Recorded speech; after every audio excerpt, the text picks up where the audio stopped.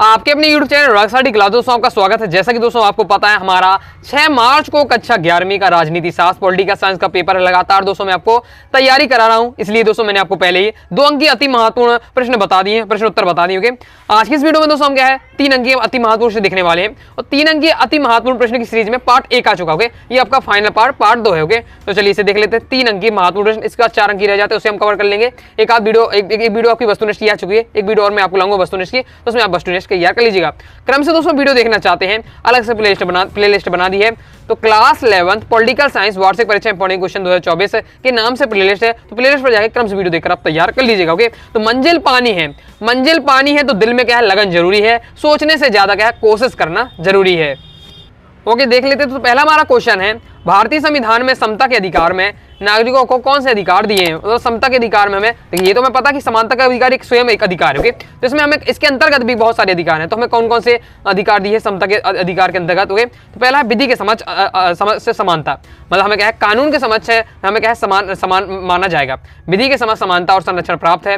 कानून सर्वोपरि है, एक सा अपराध करने पर क्या सभी को दंड मिलेगा। ओके, सभी को दंड मिलेगा। ओके, चाहे वो कोई भी जाति का हो, लेकिन अगर मान लीजिए किसी ने कोई अपराध किया, मान लीजिए किसी ने चोरी की, ओके, तो चाहे वो स्त्री हो चाहे पुरुष हो, या फिर चाहे वो आपका क्या है कोई दूसरी ऊंची जाति कोई नीची जाति, मतलब कोई भी दूसरे धर्म का हो, कोई भी धर्म का हो। ओके, इससे कोई मतलब नहीं है, कानून की समस्या है, सभी समान रहेंगे। दूसरा है सरकारी पदों की प्राप्ति हेतु समान अवसर, सभी को क्या समान अवसर मिलेंगे। राज्य नागरिकों की उनकी योग्यता अनुसार कार्य के अवसर में क्या है उपलब्ध कराता है। सरकारी पदों की प्राप्ति हेतु क्या है अवसरों में समानता होती है। तीसरा है अस्पृश्यता की समाप्ति, मतलब क्या छुआछूत की समाप्ति। नागरिकों को सामाजिक समानता लाने के लिए अस्पृश्यता यानी छुआछूत के व्यवहार को क्या है निषेध कर दिया गया। ओके, आगे देख लेते हैं। ये हमारे क्या है समानता के अधिकार के अंतर्गत जो नागरिकों को अधिकार प्राप्त है वो बताए गए हैं। नेक्स्ट हमारा क्वेश्चन है, संवैधानिक उपचारों के अधिकार को समझाइए। देख लेते हैं। तो संविधान द्वारा नागरिकों को प्रदान किए गए मौलिक अधिकारों की सुरक्षा की व्यवस्था भी की गई है। यह व्यवस्था भी संवैधानिक उपचारों का अधिकार कहलाती है। संविधान की धारा 32 से 35 तक मौलिक अधिकारों को न्यायिक संरक्षण देने की व्यवस्था करती है। ओके, देखिए मैं आपको बता देता हूं, हमें जैसे कि पता है मौलिक अधिकार हमें कितने प्राप्त हैं, हमें प्रत्येक भारतीय को क्या है 6 मौलिक अधिकार प्राप्त हैं, जिसमें जो 6वें नंबर का मौलिक अधिकार है वो हमारा संवैधानिक उपचारों का अधिकार है। तो संवैधानिक उपचार से आप क्या समझते हैं, मतलब संवैधानिक उपचार क्या है वो आपसे पूछा जा रहा है। तो क्या है संवैधानिक उपचार, मैं आपको बता देता हूँ। संवैधानिक उपचार क्या होता है? ओके, आपको 1 से 6 तक आपको क्या है जो मौलिक अधिकार हैं। ओके, तो 1 से जो 5 तक आपके मौलिक अधिकार हैं उनकी जो सुरक्षा की गारंटी किसमें दी गई है? 6वें वाले मौलिक अधिकार में दी गई। मतलब टोटल 6 हैं। ओके, 6 मौलिक अधिकार हैं, 6 मौलिक अधिकार हैं। तो उसमें से जो पहले से लेकर 5वें तक के जो अधिकार आपको मिले हुए, जैसे समानता का अधिकार, स्वतंत्र का अधिकार, शोषण के विरुद्ध अधिकार, धार्मिक स्वतंत्रता का अधिकार, संस्कृति और शिक्षा का अधिकार, ये आपके 5 जो अधिकार हैं इनकी जो सुरक्षा होगी, मतलब इनको कोई हनन करता है तो हम किसके पास जाएंगे? तो हम किसके न्यायालय के पास जाएंगे। तो ये जो हमें अधिकार मिलता है जो न्यायालय के पास जाने का, वो कहलाता है संवैधानिक उपचारों का अधिकार। वही बताया गया है। इसमें हमें क्या क्या बातें हैं कि राज्य सरकार द्वारा कोई भी ऐसा कानून निर्मित होता है जो मौलिक अधिकारों के उद्देश्य के विपरीत हो या उनके मौलिक अधिकार का हनन करता है या उनके प्रयोग पर अवरोध पैदा करता है, तो ऐसे में कानून को क्या न्यायपालिका असंवैधानिक घोषित कर रद्द कर देती है। ओके, मतलब राज्य कोई ऐसा कानून बनाता है जिससे लोगों के क्या जो मौलिक अधिकार है उसका हनन होता है, तो जो न्यायपालिका है उस कानून को रद्द कर देगी। नेक्स्ट है, यदि सरकार प्रशासकीय अधिकार वर्ग व संगठन विशेष तथा व्यक्ति अपने अनैतिक कृत्यों व्यवहारों मौलिक अधिकारों के क्षेत्र में अतिक्रमण करते हैं, उनके प्रयोग में रोकते हैं, बाधा पहुंचाते हैं, तो नागरिक न्यायालय का शरण ले सकता है। मतलब कोई व्यक्ति उनके जो अधिकारों का हनन करता है, जैसे मैं समानता अधिकार, कहीं हमें मान ली समानता नहीं मिल रही होगी, स्वतंत्र अधिकार तो हमें कहीं स्वतंत्रता नहीं मिल रही होगी, तो इस स्थिति में हम क्या न्यायालय के पास जा सकते हैं, लेकिन कोई सीमा है। उसको भी ध्यान रखना है आपको। तो न्यायालय के हम शरण जाकर कह सकते हैं कि भाई हमारा क्या है जो मौलिक अधिकार मिले उनका हनन हो रहा है। तो न्यायालय निम्न 5 रेटों बंदी, प्रत्यक्षीकरण, प्रतिषेध, परमादेश, आपका उत्प्रेषण एवं अधिकार परीक्षा द्वारा अधिकारों का संरक्षण करती हुए, तो इनके अधिकार इनके नियम के अनुसार क्या है न्यायपालिका का रोक लगा सकती है। ओके, और क्या उन्हें दंड दे सकती है जो व्यक्ति क्या है आपके अधिकारों का हनन करते हुए, यह बताया गया है। बाकी मैंने जो आपको समझाया थोड़ा समझ के लीजिएगा, तो अपनी भाषा में लिख सकते जरूर नहीं, यही भाषा आप लिखेंगे। नेक्स्ट हमारा क्वेश्चन है, न्याय सक्रियता मौलिक अधिकारों की सुरक्षा से किस रूप से जुड़ी हुई है? क्या उससे मौलिक अधिकारों के विषय क्षेत्र को बढ़ाने में मदद मिलती है? तो भारत में न्याय सक्रियता का जन्म 1970 के दशक में हुआ, जब सर्वोच्च न्यायालय ने समय की मांग को पहचाना और जनता की आवश्यकताओं को समझा। उसने न्याय व्यवस्था को आम जनता का जीवन दशा को सुधारने और उसे क्या मूलभूत मानवीय अधिकार दिलाने के लिए सक्रिय भागीदारी बना दिया और एक के बाद एक विषय पर क्या निर्णय देने लगा। सर्वोच्च न्यायालय को मौलिक अधिकारों का सबसे बड़ा संरक्षक माना जाता है। सर्वोच्च न्यायालय इस मान्यता पर भी बल देता है कि संविधान के अनुच्छेद 21 में क्या जीवन का अर्थ केवल जीवन का अर्थ केवल क्या है, भौतिक अस्तित्व का सुरक्षा मात्र नहीं बल्कि क्या है, उसकी समस्त नैसर्गिक शक्तियों का भी है। मानव प्रतिष्ठा के साथ साथ जीवन यापन के अधिकार को भी इस मौलिक अधिकार के अंतर्गत सम्मिलित किया गया। ओके, नेक्स्ट हमारा क्वेश्चन है, बहुत ज्यादा इंपॉर्टेंट है। उच्चतम न्यायालय मौलिक अधिकारों का संरक्षक है, समझाइए। तो ओके, तो वही आपको बात बताना है जो मौलिक अधिकारों का संरक्षक, जो मैंने अभी आपको बताए, जो इस क्वेश्चन में मैंने अभी आपको बताए हैं, ये सब मैंने आपको समझाया। जो इसमें आपने बात तैयार की है, ओके, जो मटेरियल वही आपको सेम इसमें भी लिखना है। ओके, बस क्वेश्चन को घुमा घुमा के दोस्तों पूछा जा रहा है, बाकी वही आपका देखिए वही बता के आप पढ़ेंगे तो वही आपको लगेगा। ओके, तो वही आपको बता के उच्चतम न्यायालय मौलिक अधिकार को संरक्षण है किस प्रकार से, कैसे ही आपसे पूछा जा रहा है। ओके, तो आपको वही बताना है कि सार्वजनिक उपचारों अधिकार जो हमें मिला हुआ है उसके अंतर्गत क्या उच्चतम न्यायालय जो हमें मौलिक अधिकार प्राप्त है उनका क्या है संरक्षण करता है। यदि हमारे कोई मौलिक अधिकारों का क्या है कोई व्यक्ति या राज्य हनन करता है तो हम क्या है न्यायपालिका में जाकर उनके क्या है न्यायपालिका में जाकर अपने जो मौलिक अधिकार उनकी सुरक्षा कर सकते हैं। बस आपको इतनी भाषा बता दें, थोड़ा क्या है समझ कर लीजिएगा, जैसे मैं आपको समझा रहा हूं तो आपको क्या याद करने में आसानी होगी। नेक्स्ट हमारा जिला पंचायत के 3 कार्य, तो ये तो मैं आपको बता ही चुका, पिछली वीडियो में आपको जिला पंचायत के 3 कार्य बताए थे, तैयार कर लीजिए, ये आपके दिए हुए हैं। ओके, पिछली वीडियो में आपको समझा ही चुका हूं। नेक्स्ट है पंचायती राज व्यवस्था के संदर्भ में गठित अशोक मेहता समिति के प्रमुख सिफारिशें का उल्लेख कीजिए। तो डायरेक्ट पूछा जा सकता है अशोक मेहता समिति की आपको क्या है प्रमुख सिफारिशें लिखिए। ओके, या फिर इस प्रकार से क्वेश्चन पूछा जा सकता है। तो देख लेते हैं कि जो पंचायती राज व्यवस्था के लिए जो क्या है अशोक मेहता समिति बनाई गई थी उसने क्या क्या सिफारिशें की। तो पहला है पंचायती राज का गठन द्वितीय स्तरीय होना चाहिए, जिला स्तर पर तथा मंडल स्तर पर। जिला परिषद का गठन क्या है प्रत्यक्ष निर्वाचन के आधार पर होना चाहिए। दूसरा है जिले की समस्त विकासात्मक गतिविधियों का संचालन जिला परिषद द्वारा किया जाना चाहिए। तीसरा है जिला परिषद का अध्यक्ष गैर सरकारी व्यक्ति होना चाहिए। पंचायती राज व्यवस्थाओं को संवैधानिक दर्जा दिया जाना चाहिए। तो ये थी आपकी अशोक मेहता समिति की प्रमुख सिफारिश, थोड़ा समझ कर याद कर लीजिएगा। आगे देख लेते हैं। नेक्स्ट दोस्तों हमारा क्वेश्चन है राजनीति विज्ञान केवल सरकार का अध्ययन है, स्पष्ट कीजिए। तो बहुत से विद्वान राज्य और सरकार को पर्यायवाची के रूप में तो कुछ क्या है पृथक मानते हैं। मतलब कुछ लोग कहते हैं कि जो राज्य और सरकार है वो एक ही चीज कहलाती है, जबकि कुछ लोग कहते हैं कि राज्य और सरकार क्या अलग अलग। ओके, इसलिए कुछ विचारकों ने राज्य विज्ञान को क्या है राज्य का तो दूसरों ने सिर्फ क्या है सरकार का अध्ययन माना है, जबकि सरकार राज्य रूपी क्या शरीर की आत्मा है।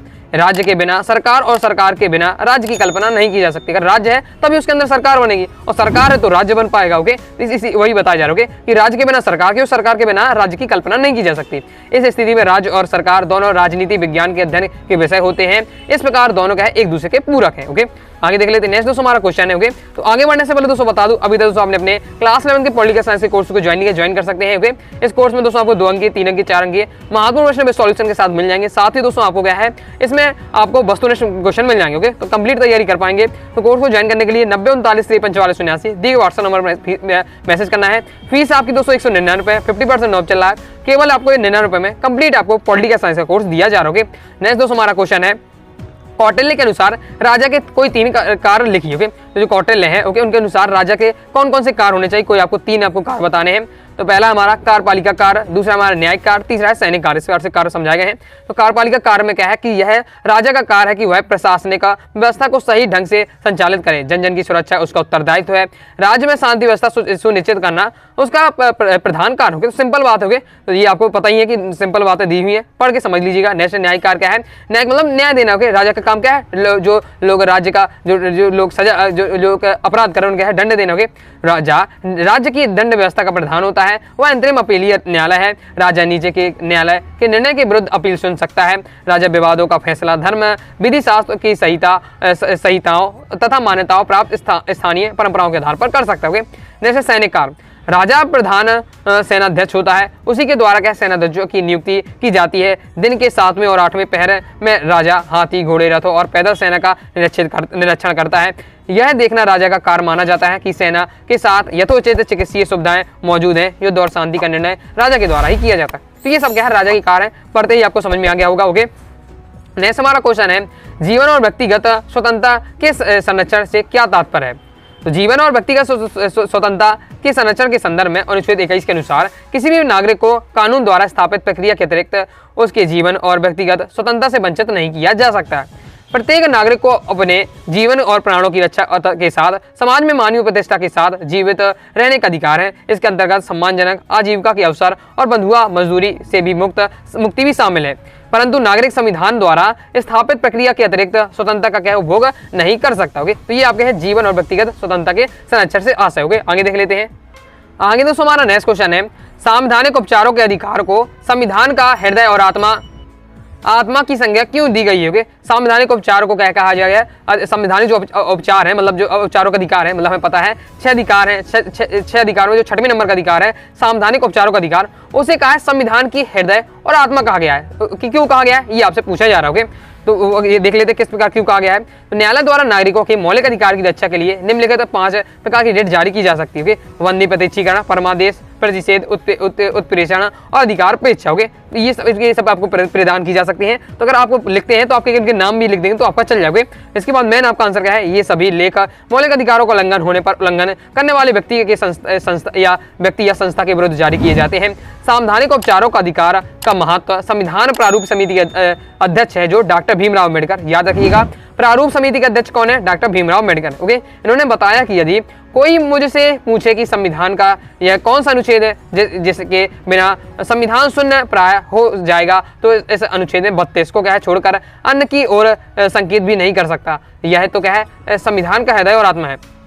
तो मैं आपको बताता हूं, संवैधानिक उपचारों का अधिकार को संविधान का हृदय और आत्मा कहा। ये किसने कहा है? प्रारूप समिति अध्यक्ष डॉक्टर भीमराव अम्बेडकर ने कहा। होगे, तो ये उनके पूरा कथन दिया हुआ है। होगे, तो आपको जब आंसर आपको लिखना है तो इतना बड़ा आंसर नहीं लिखना है, केवल आपको इनके नाम जरूर याद रखिएगा। नाम जरूर याद कर लीजिएगा। अगर मान लीजिए कोई व्यक्ति क्या है हमारे मौलिक अधिकारों का हमसे छीनता है, तो जो न्यायालय है, न्यायालय इनके अंतर्गत क्या है उसे क्या दे सकती है? उसे क्या है? दंड दे सकती है। ओके, इनके अंतर्गत। ओके, और फिर आपको ये लाइन को तैयार कर लेना। ओके, कि डॉक्टर जो प्रारूप समिति अध्यक्ष है डॉक्टर भीमराव अम्बेडकर उन्होंने क्या बताया है कि ये आपको लिख देना है, तो आपका हो जाएगा। ओके, नेक्स्ट हमारा सर्वोच्च न्यायालय के विशेष अधिकार बताइए। मतलब सर्वोच्च न्यायालय के क्या है, कौन कौन से अधिकार है वो आपसे पूछे जा रहे हैं। तो पहला अधिकार है संविधान या विधि के उल्लेखित विषयों में भिन्न भिन्न विषय पर विवाद सर्वोच्च न्यायालय ही सुन सकता है। ओके, मतलब क्या है, जब संविधान के लोग क्या अलग अलग अनुच्छेद की अलग अलग व्याख्या करने लगते हैं, तो जो सर्वोच्च न्यायालय की व्याख्या ही क्या है मान्य होगी। ओके, तो ये जो विवाद हो जाता है कई बार क्या है जो कि व्याख्या में, तो सर्वोच्च न्यायालय का काम होता है तो उस जो विवाद है जो व्याख्या वाला उसको क्या है निपटाने और सुनना। ओके, जैसे स्वयं भी है सैनिक न्यायालय को छोड़कर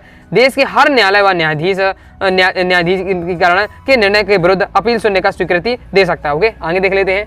नेक्स्ट है अपने न्यायालय द्वारा दिए गए निर्णयों पर पुनर्विचार करने की अनुमति दे सकता है तथा शासन प्रमुख व सरकार को आवश्यक सलाह भी देता है। मतलब क्या है, सरकार को सलाह देना भी क्या है आपका सर्वोच्च न्यायालय का काम होता है। नेक्स्ट है नागरिकों के मौलिक अधिकारों की रक्षा करना, जो कि हम पढ़ते ही आ रहे हैं, बार बार वही पढ़ रहे हैं कि नागरिकों के जो मौलिक अधिकार है, 6 मौलिक अधिकार प्राप्त है। ओके, उनकी क्या है रक्षा करना किसका काम होता है? सर्वोच्च न्यायालय का होता है। ओके, सर्वोच्च न्यायालय के सभी निर्णय साक्षी के रूप में स्वीकार किए जाएंगे। इसकी प्रामाणिकता के विषय में क्या है प्रश्न नहीं उठाए जाते। मतलब जो सर्वोच्च न्यायालय ने कह दिया वही मान्य होगा। इसकी क्या है, इस पर आप क्या है तर्क वितर्क नहीं कर सकते। ओके, ये आपको बताया जा रहा है। नेक्स्ट दोस्तों हमारा क्वेश्चन है उच्च न्यायालय की प्रशासकीय शक्तियों का उल्लेख कीजिए। अभी हमने क्या है सर्वोच्च न्यायालय की शक्तियां देखी।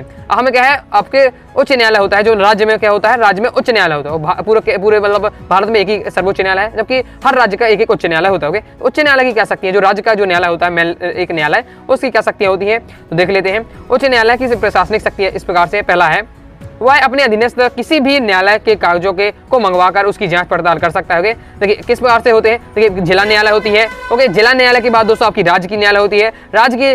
हर राज्य की एक न्यायालय होती है, एक प्रमुख न्यायालय, और फिर उसके बाद पूरे क्या है देश की न्यायालय होती है, जिसे हम क्या है सर्वोच्च न्यायालय कहते हैं। तो जो उनके अधीनस्थ न्यायालय, उच्च न्यायालय के अधीनस्थ न्यायालय कौन होंगे? जो जिला के न्यायालय होंगे। उनसे क्या कर सकते हैं, उनसे कागज मंगवाकर उनकी जांच पड़ताल भी कर सकती है। साथ दूसरा है राज्य के सभी न्यायालय इनके अधीनस्थ न्यायालय होते हैं। मतलब राज्य के जितने भी जिला के न्यायालय होते हैं, मतलब इनके क्या है अधीनस्थ न्यायालय होते हैं। अतः उन पर नियंत्रण रखना तथा उनका निरीक्षण करना उनका इसका क्या है उसका कार्य होता है। किसका? जिला न्यायालय का या मतलब राज्य न्यायालय का, मतलब उच्च न्यायालय को। नेक्स्ट है वह राज्य के किसी भी विवाद को एक न्यायालय से दूसरे न्यायालय में स्थानांतरित कर सकता है। उच्च न्यायालय राज्य के न्यायालयों के अधिकारी की नियुक्ति, पदवृद्धि, अवनति, अवकाश आदि संबंधी नियम भी बना सकता है। तो ये होते हैं आपके उच्च न्यायालय यानी आपके राज्य न्यायालय के शक्तियां। आगे देख लेते हैं। नेक्स्ट दोस्तों हमारा ग्राम पंचायत की आय के साधन स्रोत लिखिए। तो ग्राम पंचायत उसे क्या है आय कहाँ से प्राप्त होती है देख लेते हैं। ग्राम पंचायत की आय के प्रमुख साधन इस प्रकार से, पहला है घर जमीन और पशुओं की बिक्री कर, मेले और बाजार में माल की बिक्री कर, मतलब कर मतलब टैक्स है। मतलब जहाँ मालिक आपने पता है हर गांव में मेले लगते रहते हैं, तो मेला जो मैदान में लगेगा, जो मैदान में लग रहा है तो मैदान तो भाई सार्वजनिक है, तो उसके जो उससे टैक्स लिया जाता है। हर दुकान से टैक्स लिया जाता है। साथ ही है जो घर है, जमीन है, लोगों की पशु है, उन पर भी टैक्स लगते हैं। तो इससे क्या है ग्राम पंचायत को आय मिलती है। साथ ही क्या है ग्राम पंचायत की आय का मुख्य स्रोत राज्य तथा केंद्र सरकार द्वारा दिए जाने वाला अनुदान है। मतलब राज्य और केंद्र सरकार द्वारा पैसे भी दिए जाते हैं ग्राम पंचायत को। जैसे ग्राम पंचायत की आय के साधन में गांव के विकास हेतु प्राप्त दान की राशि भी आती है। मतलब क्या है बहुत सारे लोग जो गांव में अमीर आदमी होते हैं वो भी क्या दान कर देते हैं गांव के उन्नति के लिए, तो वो भी इसमें आय मिलती है। तो ये सब आपको बताए गए हैं कि ग्राम पंचायत को कहाँ कहाँ से आय प्राप्त होती है। ओके, तो वो बताया गया। आगे देख लेते हैं। नेक्स्ट है हमारा क्वेश्चन, नगर पालिका के ऐच्छिक कार्य लिखिए। नगर पालिका ऐच्छिक मतलब इच्छानुसार, मतलब जबरदस्ती नहीं है, यही कार्य करना पड़ेगा, ऐच्छिक कार्य है। ओके, तो देख ले नगर पालिका के ऐच्छिक कार्य कौन कौन से हैं। पहला है नगर पालिका क्षेत्र का निर्धारण करना, साथ ही खतरनाक भवनों या स्थलों की सुरक्षा उन्मूलन करना। दूसरा है सड़कों के किनारे या अन्य स्थलों पर क्या वृक्षारोपण तथा उनकी देखरेख करना। नेक्स्ट है नगर पालिका क्षेत्र के अंतर्गत यातायात सुविधाओं का प्रावधान, निम्न आय वर्ग के लिए भवन प्रावधान, सर्वेक्षण इत्यादि। ये सब आपके क्या है नगर पालिका के ऐच्छिक कार्य होगी। आगे देख लेते हैं। आगे दोस्तों नेक्स्ट हमारा 15वां क्वेश्चन है, राजनीतिक सिद्धांत का मुख्य उद्देश्य क्या है। हमें राजनीतिक सिद्धांत क्यों पढ़ना चाहिए। राजनीतिक सिद्धांत का उद्देश्य क्या है। राजनीतिक सिद्धांत का मुख्य उद्देश्य नागरिकों को राजनीतिक प्रश्नों के बारे में तर्कसंगत ढंग से सोचने और सामयिक राजनीतिक घटनाओं को सही तरीके से आंकने का प्रशिक्षण देता है। कौन? राजनीतिक सिद्धांत। ओके, जैसे राजनीतिक सिद्धांत क्या है, तो हमें राजनीतिक सिद्धांत हमें मतलब क्यों पढ़ना चाहिए, तो हमें राजनीतिक सिद्धांत इसलिए पढ़ना चाहिए क्योंकि यह हमें क्या है राजनीतिक चीज़ों के बारे में अपने विचारों और भावना के परीक्षण के लिए प्रोत्साहित करता है। दूसरा, यह ज्ञान का सरलीकरण करता है। तो ये हमें ये जो अपनी नीचे की लाइनें दी हैं ये हमें बताती हैं कि हमें राजनीतिक सिद्धांत क्यों पढ़ने चाहिए, और ऊपर की जो 3 लाइनें ये हमें बताती है राजनीतिक सिद्धांत के क्या उद्देश्य है। तो राजनीतिक सिद्धांत के उद्देश्य है और राजनीतिक सिद्धांत में क्यों पढ़ना चाहिए अच्छे से याद कर लिया, अलग से 2 नंबर भी पूछा जा सकता है। नेक्स्ट हमारा राजनीतिक विज्ञान के क्षेत्र लिखिए, कोई आपको 3 बताने हैं। तो राजनीतिक विज्ञान में कौन कौन से क्षेत्र है, पहला है राज्य का अध्ययन, दूसरा है सरकार का अध्ययन, तीसरा है मनुष्य का अध्ययन। ये आपके आते हैं राजनीतिक विज्ञान के क्षेत्र के। राज्य का अध्ययन किस प्रकार से कि राज्य के विकास और राज्यों के तत्वों, राज्यों के कारणों, राज्य की उत्पत्ति, राज्य की भूत, भविष्य और वर्तमान आदि का अध्ययन राजनीतिक विज्ञान में किया जाता है। तो सरकार का अध्ययन किस प्रकार से, राजनीतिक विज्ञान में विभिन्न राज्यों के संविधान, सरकार का स्वरूप, संगठन, शासन प्रणाली और उसके विभिन्न अंगों के शक्ति विभाजन एवं अंगों के पारस्परिक संबंधों, उद्देश्यों, अधिकारों एवं कर्तव्यों का अध्ययन किया जाता है। फिर मनुष्य का अध्ययन किस प्रकार से किया जाता है, राज्य का मूल तत्व, जनसंख्या अर्थात मनुष्य के अभाव में राज्य की कल्पना नहीं की जा सकती। मतलब इतना बड़ा राज्य है वहाँ जनता ही नहीं है तो फिर बात ही खत्म हो जाती है। राज्य का कोई मतलब नहीं है। तो क्या है, जब राज्य में जनता है तब तो उसका राज्य का मतलब है। तो ये बताया जा रहा है कि मनुष्य के अभाव में या मनुष्य ना होगे तो राज्य की कल्पना नहीं की जा सकती। राज्य और सरकार से संबंधित मनुष्य के राजनीतिक क्रियाकलापों एवं राज्य के पारस्परिक संबंधों का अध्ययन भी राजनीति विज्ञान में किया जाता है। तो इस प्रकार से दोस्तों आप क्या है राजनीतिक विज्ञान के क्षेत्र दिए हुए हैं, तैयार अच्छे से कर लीजिए। इस प्रकार से दोस्तों इस वीडियो में मैंने आपको क्या टॉप 16 और क्वेश्चन बताए होंगे। इससे पहले पार्ट 1 आ चुका है, उसे भी देख लीजिएगा। 2 अंक की क्वेश्चन भी पहले बता चुका हूँ।